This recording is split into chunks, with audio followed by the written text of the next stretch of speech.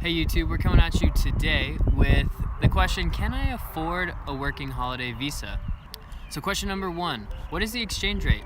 So New Zealand says that you need to have 4,200 New Zealand dollars to be able to come over on a working holiday visa. From the US dollar, that's anywhere from 3,000 to 3,200 because the exchange rate fluctuates a little bit, but not too much.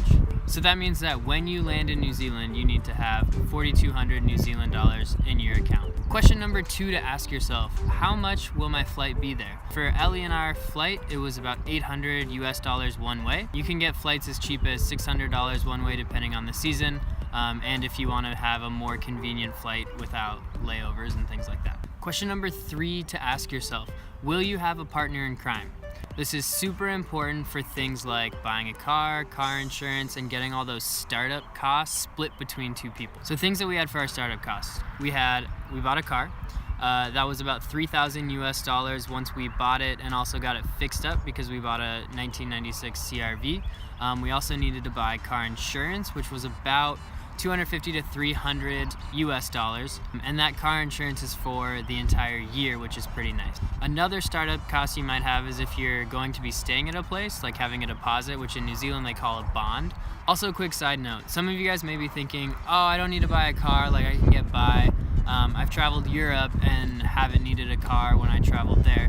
New Zealand is not like that. New Zealand, you will need a car to get to the places where you want to on the schedule that you want. You can see me being made fun of New Zealanders on Reddit. I know they're normally nice, but not on Reddit when I asked if I needed a car in New Zealand. And you can check out that post in the description. Question number four to ask yourself, how long am I willing to go before I start working?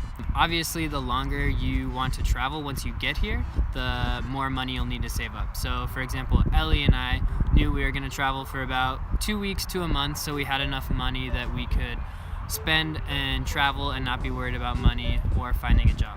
Question number five to ask yourself is, do I want to travel outside of New Zealand while I'm here? Tickets to Australia are not super cheap.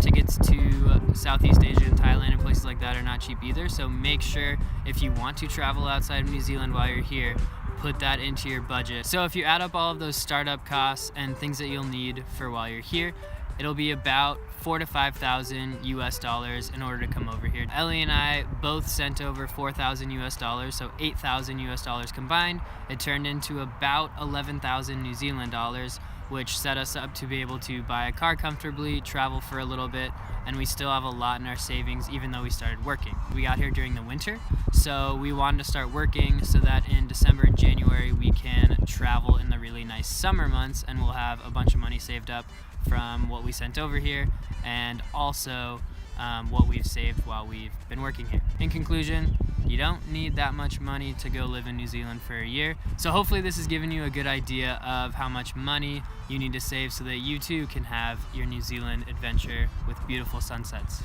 like this. See you next time. Thanks for watching Nelly in New Zealand. Make sure to hit the subscribe and like button at the bottom for more travel tips, tricks, and montage videos. Also make sure to follow us on Instagram, which is where we get all of our awesome thumbnail photos. See you next time.